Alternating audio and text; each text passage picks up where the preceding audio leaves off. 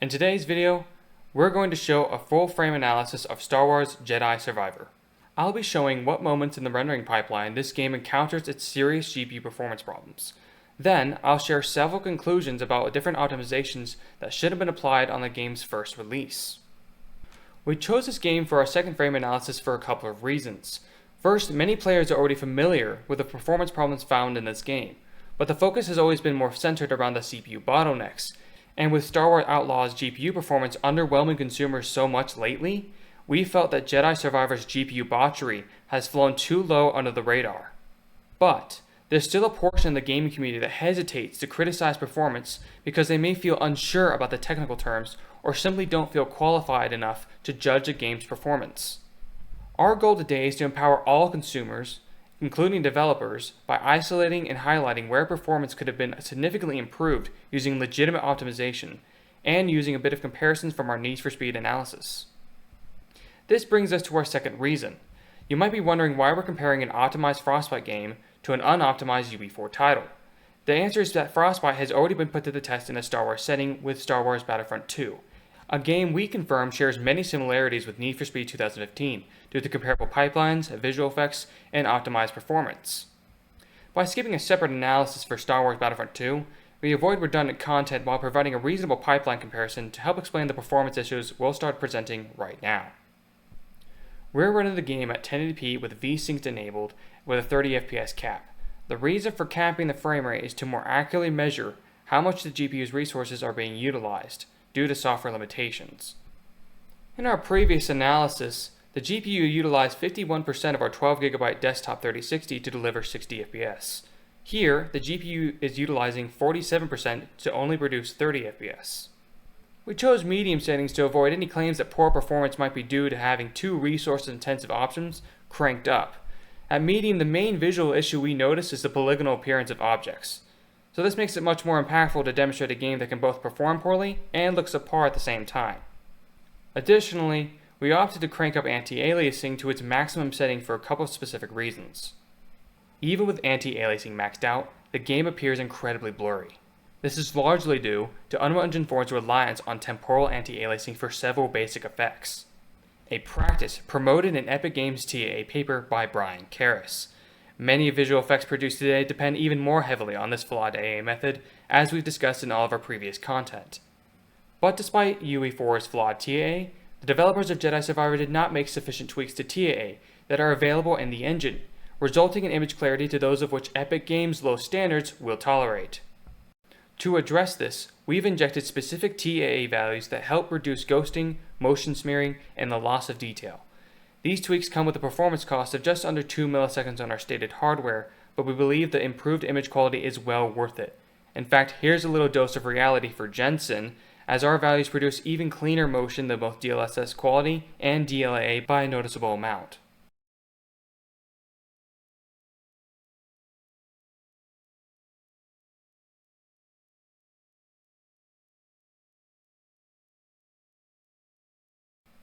All the gameplay footage you'll be seeing in this video are running with our adjusted TAA at 1080p, offering noticeable improvement in clarity compared to other 1080p Jedi Survivor footage available on YouTube.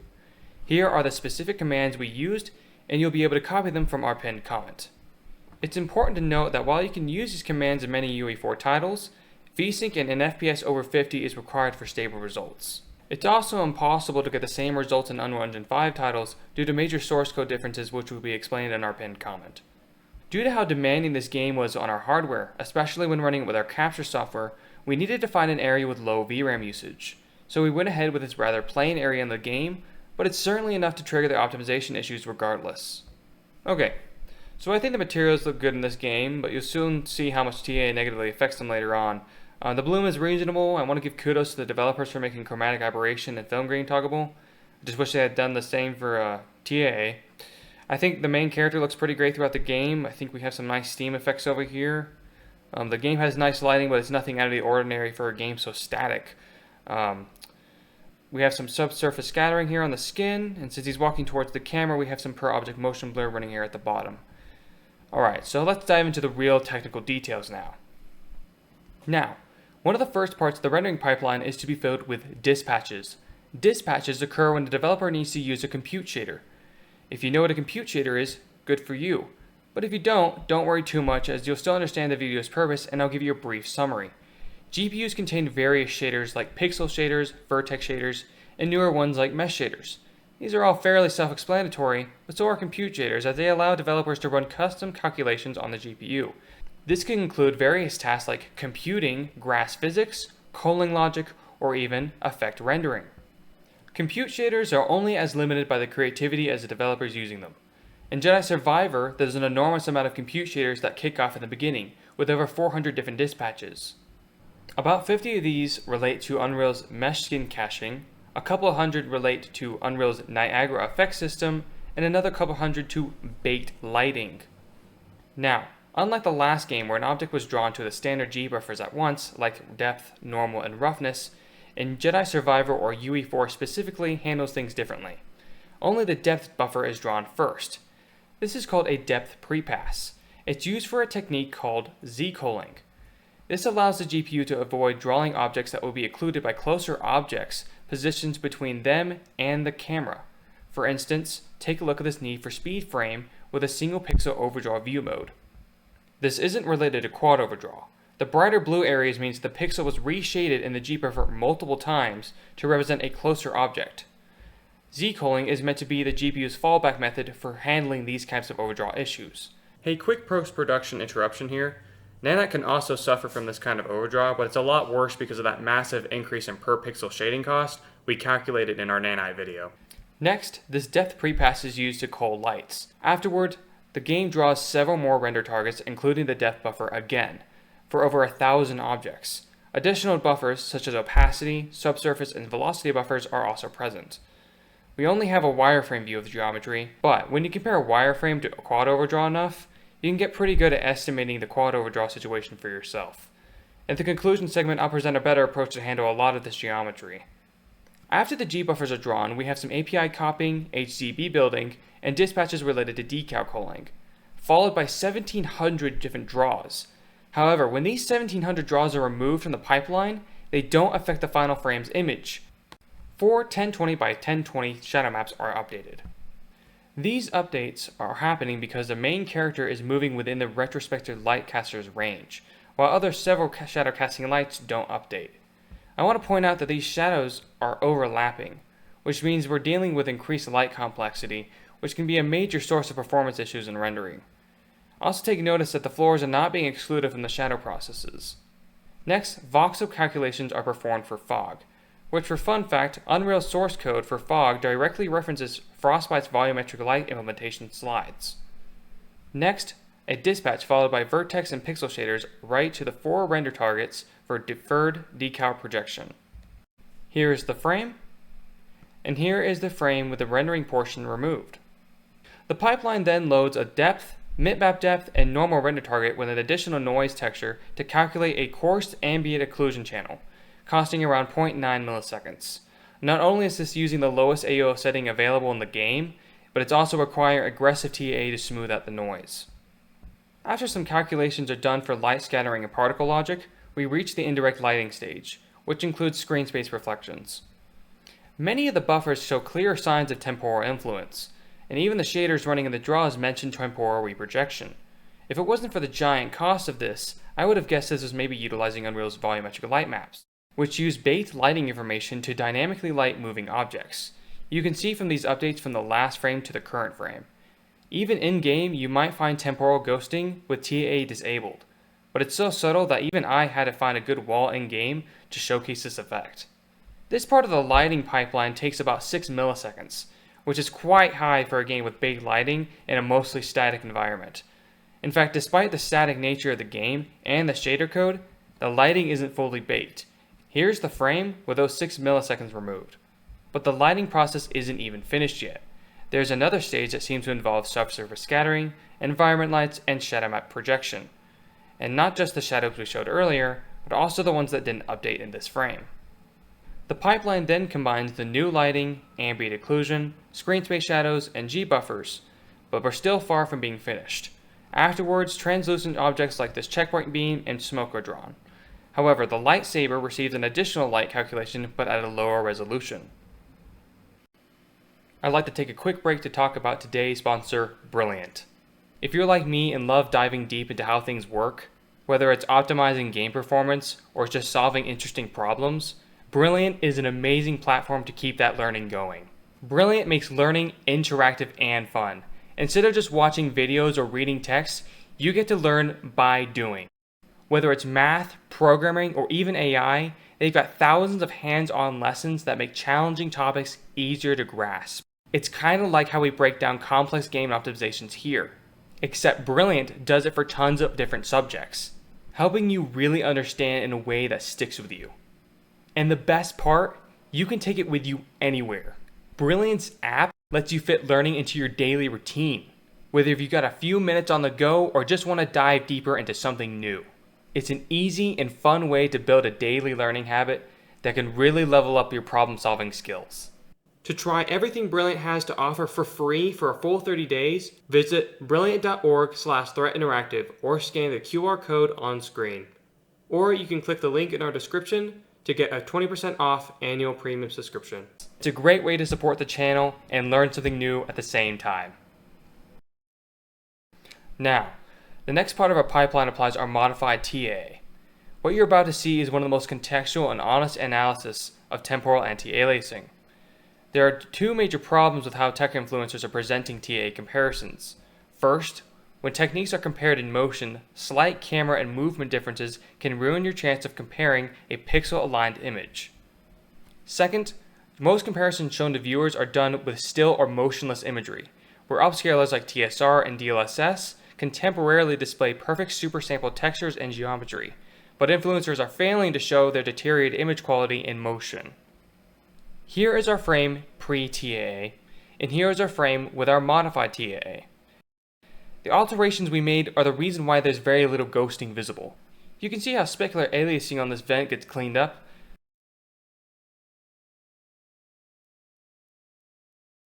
This is a perfect evaluation of TAA because it's a pixel-aligned image, and the frame is in motion. In fact, we had the last frame right here. I don't have too many issues with the resolve, but there are two key points that need to be highlighted. First, texture detail. Many people will say that TAA fixes pixelation, but remember your monitor is made out of pixels. When you're not zoomed in like this, that pixelation is what gives you a crisp, normal appearance. The common TAA blends mismatched texture positions from the last frame, leading to an unnecessary blur. This texture blurring phenomenon associated with temporal solutions could be stopped if textures were jittered in sync with TAA's subpixel jitter, along with changes with how past frames are blended together. The second issue is TAA reliance. The frame heavily relies on TAA for elements like screen space shadows, hair, ambient occlusion, and probably more things throughout the game. TAA does a reasonable job on geometric edges, which helps reduce specular aliasing. However, only blending 2 frames are needed for this kind of resolve. Unreal's TAA don't allow this because multiple frames are needed to fix other effects issues in the frame. Now, if you zoom in, you'll notice that for every 1 pixel in the pre-TAA frame, 4 more are created after TAA. This is due to the CVARs we applied earlier, which create a buffer 4 times larger than the original frame. This allows past frame pixels to be sorted more appropriately to prevent motion smearing. But if you set the game to 4K, leave history percentage at 100, and RDOT screen percentage at 50, you won't see this effect because the next part of the pipeline scales everything back down to 1080p. So this is a result of the final image. It's not the worst, but there's plenty of room for improvement regarding the textures and performance, which is currently costing around 1.8 milliseconds. Reducing the amount of frames for reuse should improve both clarity and performance. We'll have a more extensive video on anti-aliasing soon, so let's move on for now. Next, motion blur is applied. Since there isn't that much motion in the scene, the effect is mostly visible at the bottom here. Finally, color grading and the UI are added to complete the frame. Here's a rough breakdown of the millisecond budget.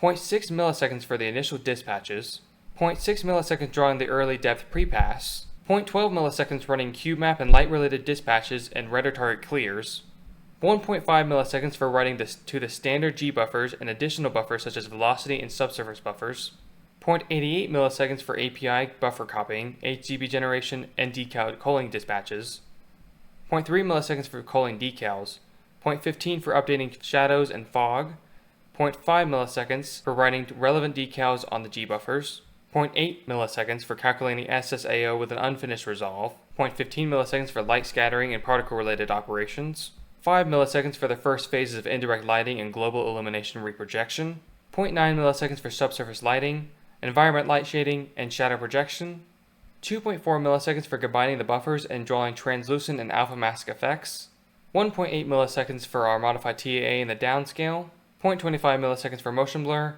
and 0.31 milliseconds for color grading and post-processing. That adds up to around 16.41 milliseconds, which is just a result of our estimations based on the real-time measurements combined with the inflated results we received while running the game with our captured software. Keep in mind this is a 60 FPS estimate factoring a 95% utilized GPU, in comparison with a 12 millisecond budget utilizing 51% of the same hardware. I encourage viewers to draw their own conclusions regarding the drastic mathematical differences here, while noting the software timing imprecisions. Now it's time to go over our conclusions, the first set being related to the early Z-Pass. This part of the pipeline isn't free. Object culling has been done on the CPU for a long time, but there are two key problems. It can be a bit inaccurate, and it also becomes expensive when you have thousands of objects. The early Z-Pass in Jedi Survivor is bloated because it draws several objects that could have been culled with simpler logic. While these objects weren't shaded in the main G buffers, they still consumed GPU time along with many other objects processed in the early Z-Pass. If your materials are cheap, single pixel overdraw has much less impact, significantly less than the hit caused by an overworked early Z. To give a simple explanation of how CPU culling works, let's get an example. Before the GPU renders the scene, the CPU calculates a logical representation of the scene, including the position of objects, animations, and properties like the camera's view. One technique modern games still use is frustum culling, which takes the pre-computed visibility boundaries of the scene's meshes and tests them against camera's field of view. Full CPU culling calculates which objects to cull based on their distance and performs depth-based occlusion checks. Unlike early deculling, which use the shape of the actual mesh, CPU culling often uses primitive shapes like spheres or voxels that fit within the mesh, which introduces a bit more error. At this stage, the objects are sent as draw calls to the GPU. But here's an idea. What if we implemented a culling plane that could be placed on walls, ceilings, and floors, those being the best occluders, designed to cull distant objects if their boundary exceeds a certain distance? I'm talking about objects far away enough so that they don't cause unnecessary bloat to the prepass or main render targets. Would this increase CPU cost? With 9th generation CPUs and effective draw call management, I believe it would be viable optimization. Alternatively, maybe we don't need to render the depth prepass at full resolution. Maybe we could cap it at a low resolution and draw simplified versions of each mesh. Here's another idea. Certain objects should be excluded from the prepass once they shrink beyond a certain screen space size, since small objects are unlikely to occlude large objects that would cause significant pixel overdraw anyway. Many of these meshes like wires and beams are filled with holes and cracks. If the draws in the prepass were filtered based on logical values like screen space size and occlusion efficiency, we could achieve much more optimized performance. Here is a list of possible optimizations for the early Z-Pass. Low resolution render target, mesh exclusion from the prepass based on occlusion related parameters like screen space size and occlusion potential, additional CPU logic to catch distant objects, lower poly representations of meshes to reduce quad overdraw and vertex shader overuse. The last point perfectly leads us into our second conclusion topic, topology. When I mention implementing lower poly, my main focus is on max area topology and overdraw, not triangle count. This affects shadows, the prepass timing, and the standard G buffers. Taking a closer look at the wireframe view again, you'll definitely find areas where overdraw could have been reduced, such as the cloth, the character, regions with poor topology design, and especially the pipes in the scene. Now, pipes need to look round, and many people will argue that high-density geometry is needed to avoid polygonal silhouettes on round objects, especially in stylized content. However, the silhouette of a mesh can be smoothed for a smaller overdraw cost using tessellation that only runs on the edges of the mesh, while the original topology inside can be lower poly and quad friendly and blend with the tessellation using aggressive smooth shading. Using these two techniques would have been much cheaper than poor topology that results in high surface area quad overdraw. I'd also like to commend the developers for using masked materials on some of the greats over here. However, many of these crossbeams are too thin on screen, and alpha tested LEDs should have been used to prevent triangle quad overdraw. Lastly, let's discuss some of the objects like these wires. I think these are some of the rare instances where an object's shape and complexity are inherently anti-quad friendly. This is where visibility buffer rendering comes into optimization, as it performs better in situations where quad overdraw isn't properly managed or cannot be properly managed. Visibility buffers don't render objects using quads, which many people missed in our last video on Nanite, which is a system that utilizes visibility buffers. If Nanite were enabled on these wired objects, would it run faster? Yes. But Nanite is still a relatively slow implementation of visibility rendering, because it's also incorporating cluster culling, cluster streaming, and asset compression. So our conclusions for topology for optimizations would be use smooth shading in combination with silhouette smoothing via adaptive tessellation, maximize LED potential with masked materials, and utilize a quad alternative visibility rendering method for complex thin objects, preferably one that focuses solely on maximizing rendering speed. Speaking of maximizing rendering speeds, our next conclusion covers ambient occlusion. While disabling Frostbite's HBAO and UE4's SSAO results in similar decreased GPU usage, one is noticeably noisier than the other. Neither of these options are among the fastest or highest quality SSA solutions available. For instance, GTAO is a GI-aware SSAO that uses its own temporal accumulation to achieve a 0.50 millisecond timing on hardware with just 2 teraflops, outputting a 1080p resolution. On modern hardware equipped with 8 or more teraflops, we should be able to significantly enhance the quality while staying closer to the reference Monte Carlo I/O, all while maintaining a TAA independency. We could also potentially integrate caustic ray trace depth maps for better disocclusion prevention. Our final conclusion covers the cost of indirect lighting. While many people argue that light maps are unfeasible for large open worlds, there are still plenty of baked indirect lighting methods that work well for large static environments, like those seen in Quantum Break or even systems inside Unreal. In a game as static as Jedi Survivor, indirect lighting should never exceed a cost of 2 milliseconds. There are plenty of suitable techniques such as baked voxels, spherical harmonics, that are designed to light complex static environments so nothing explodes with UV complexity. We could dive deeper into issues such as the bloated decal culling, the cost of TAA, the slow combining of G buffers, and the poor resource management, but today we'll leave you with our main conclusions. We might follow up with a patch 9 update, but you can compare the 8th generation releases and analyze the sharpened smear caused by temporal upscaling.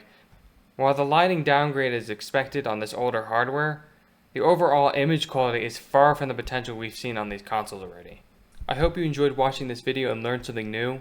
We pour a lot of work into our content, so we really appreciate your subscription and like, which allow us to keep reaching more people with our kind of content. Please comment support, questions, or feedback to keep the YouTube algorithm promoting our content. And please share our videos in major subreddits and discords, as those two platforms prevent us from doing self-promotion, but really help us get more views and mass recognition. Well, that's all we have for this video, and if you haven't already, please watch the video next to me as it highlights some of the most underrated issues in modern graphics and optimization. Until then, thank you so much for watching this one.